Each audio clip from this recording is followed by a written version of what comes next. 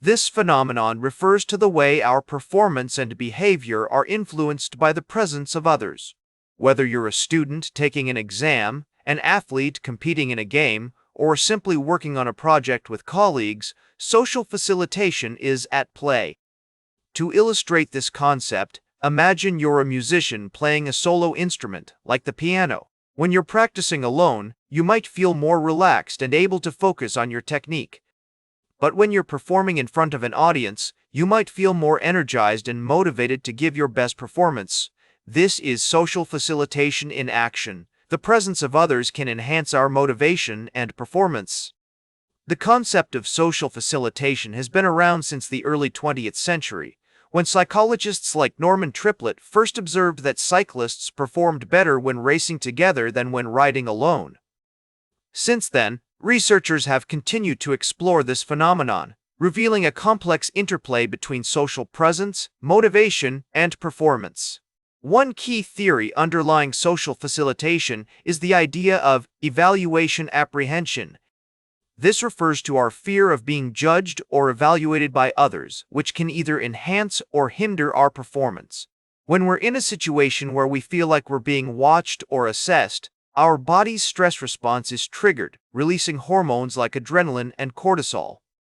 These chemicals can improve our focus and energy, leading to better performance, but only up to a point. If the pressure becomes too intense, our performance can actually decline due to what's known as the Yerkes-Dodson law. This states that there's an optimal level of arousal for peak performance, beyond which we become overwhelmed and our abilities suffer. Think of it like a bell curve. A little bit of stress can be beneficial, but too much can be debilitating. Research has also shown that social facilitation can depend on the type of task we're performing. For simple or well-practiced tasks, the presence of others can indeed improve performance, as we've seen with cyclists and musicians. However, for more complex or challenging tasks, social facilitation can actually hinder our progress. This is because the added pressure and distraction of an audience can disrupt our focus and working memory. In real-world applications, understanding social facilitation can help us optimize our performance in various settings. For example, if you're a public speaker, recognizing how evaluation apprehension affects your delivery can help you develop coping strategies to manage your nerves and connect with your audience more effectively.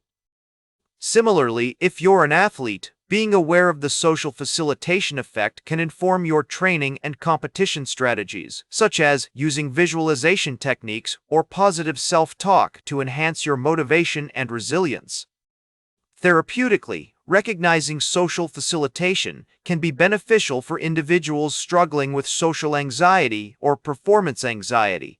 By understanding how social presence affects their behavior, they can develop targeted interventions to manage their nerves and improve their performance.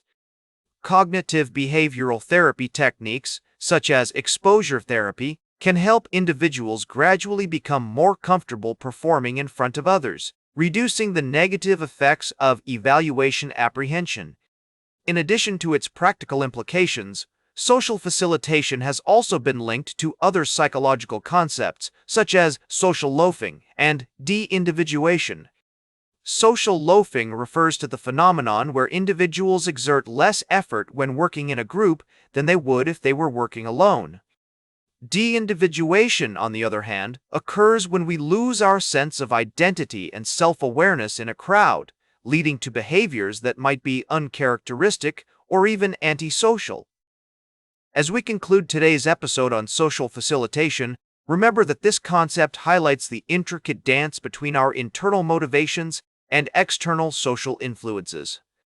By acknowledging and understanding how social presence affects our behavior, we can develop a more nuanced appreciation for the complex interplay between our thoughts, emotions, and actions. So the next time you're about to give a presentation or compete in a sporting event, take a moment to recognize the social facilitation effect at play. Use this awareness to your advantage by channeling the energy of the crowd into enhanced motivation and performance.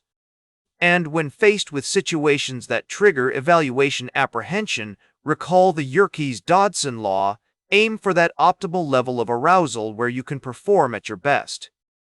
That's all for today's Psych with Sigmund. Remember to like, share, and subscribe, and until next time, may your ego find balance between pleasure and reality.